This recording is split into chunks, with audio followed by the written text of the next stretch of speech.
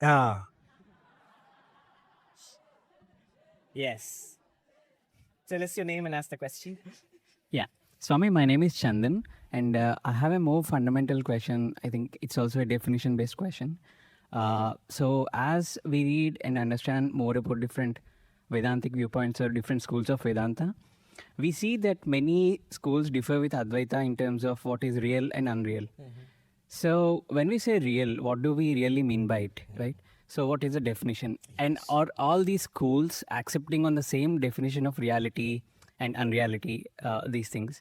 Also, yeah, follow up would be like, if we say something in real, Advaita actually uh, establishes that if something changes, if it is permanent, it is real. Changes, unreal, right? These sort of definitions. So, are all these schools accepting to these particular definitions? It's a good question. When we have these debates about what is real, what is unreal, world is real or unreal, Brahman is real, what do you mean by real? At one point, a philosophically trained person will immediately ask this question. What do you mean by real? Define real before we go into this debate any further. And even if you're not philosophically trained, after we spend some time talking about these things, thinking about it, we will be forced to this. What am I talking about? What do you mean by real? So we'll be forced to define real. And it's a whole debate. It's been going on for millennia actually. For example, between the earliest debates when the Upanishads themselves. Sadeva Somedamagrasit, reality alone, existence alone existed before all this appeared. Asadeva Somedamagrasit, non-reality was before all this was. But how can some reality come out of non-reality? So that debate goes back to the Upanishads. And then the next level of the debate, it came in the post-Upanishadic age when the rise of the philosophical systems. There was a 1,000-year debate on what is real between, on one hand, the Hindu schools and on the other hand, the Buddhist schools and the Jaina school. A huge debate. So what is real? How do you define reality? And each of the schools came up with its own definition of reality. Very interesting.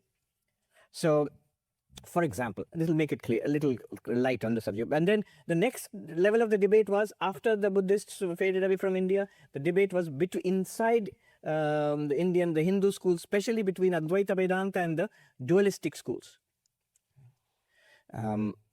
So let me give an example of what I mean, and then we'll see what is meant by reality. The Buddhists, they define reality as practical efficacy. If it works, it's real. What it means by that is, suppose I got water in a mirage. Favorite example of Advaitins. Shankara also uses it. Buddhists say, no, that's not real water at all. Because when you go and try to drink that water, you will see you can't drink it. So it's not real water at all. If I could drink it and it could quench my thirst, then it's real. If it works as it is expected to work, as it is defined to work. In Sanskrit, arthakriyakaritvam satyatvam. Practical efficacy is reality. This, by the way, the modern American school, maybe the one original school of American philosophy, pragmatism, Dewey and Pierce, yes, their definition of reality was somewhat similar. I mean, it's sort of oversimplified as a cash value philosophy, a dollar philosophy. What's it worth? How does it work or not? But yes, very important. And in fact, Dewey's entire theory of education was based on this pragmatism. Modern American school education was influenced by this idea. So anyway, work. Does it work? Does it function as defined? Or does it fail at some point? Now, what does the Advaitin say to this? The Advaitin says, so work, if it works, then it's real? Yep. So suppose you drink a glass of water and you quench it, it feels wet and cold and quenches your thirst. Would you say it's real? Yeah. And the next moment you wake up and you realize you are dreaming the whole thing, then you have to say that, yes, it worked. It looked like water. I called it water. It felt like water. It quenched my thirst, worked like water, fulfilled all, checked all the boxes. But the next moment there was a waking up. There was a correction. It's not water. I was dreaming. The whole thing was a dream. Now I'm woken up. So then the Buddhist says, okay, wise guy, what's your definition of reality? Because now you have to set aside this definition. There are, how do you set aside a definition? It's the Nyayikas, the Nyaya school of logic, they set the parameters of the debate. So there are 3 qualities of a definition you must fulfill. 3 problems: ativyapti, avyapti, and asambhavana. So the definition must not extend to something which is not being defined. So for example, your definition, the reality is workability. It extended to dream water also, which is not real, obviously. So definition fails there. So therefore, then the Buddhist now hits back. Okay, wise guy, what's your definition? Advaitam. Now the challenge, the ball is in my court. I have shown your definition doesn't work. You ask me, okay, tell me, what's your definition of reality? The Advaitin says, abadhyatvam satyatvam. That which cannot be corrected is real. Very interesting way of putting it. That which cannot be negated, which cannot be corrected.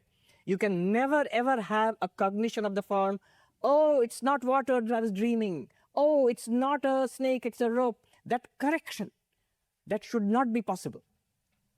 And if you see, the only thing which satisfies this criteria, because somebody might ask, how does that help me? Because something I might take it to be real. It could be the Matrix movie. Next moment I might see it's not real. 1,000 years later I might see it's not real. I might never wake up from the simulation, and I might never ever correct it. How do I know whether something will be one day corrected or not, one day negated or not, one day cancelled or not? How will I know? So technically the answer is there is only one thing which is logically impossible to negate. What is that? It's consciousness. Think about it. How would you correct consciousness? How would you ever say, oh, consciousness is not consciousness, it's something else? That requires consciousness. The only uncorrectable by logic, you can call it existence also. When you say, this is not existence, existence is not real, what does it require? Existence. Or more correct, even more precise, consciousness. Because in Vedanta, existence, consciousness, they take it to be the same thing, being awareness. So this is an example of the debate where definitions mattered very much. The new book, Reality Plus, by David Chalmers. So there he talks about virtual reality and reality. In one chapter, he gives 5 definitions of reality, including this correctability definition. Multiple definitions of reality is given. So you must have a definition. And if you notice, if you follow these debates closely, you will see each school has defined reality in a way which will prove their own position. And they don't share their definitions. But that does not mean you cannot arrive at a conclusion. You can arrive at a conclusion. You must see what definition finally is emergent, and you can't go beyond that. Others, and it does not mean that the others are useless. For example, as I said, pragmatic definition of reality is useful in so many areas of life. Then came the next and last point I'll make. After the Buddhists faded away, then came the huge debate between the Advaitins on one hand, and on the other hand, the Vishishtadvaitins, and particularly the Madhva school. Huge debate.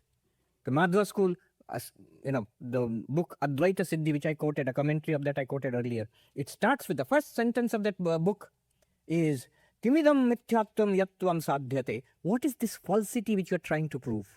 Is it this? Is it that? 5 definitions of falsity. And then they cut down each definition. Then Madhusudan Saraswati comes and defines each of those definitions, shows all of them are correct. What is falsity? So these are the debates. It's a huge debate. But you have asked a very important question. When you talk about Brahman real, world real or false, what is reality? Yes.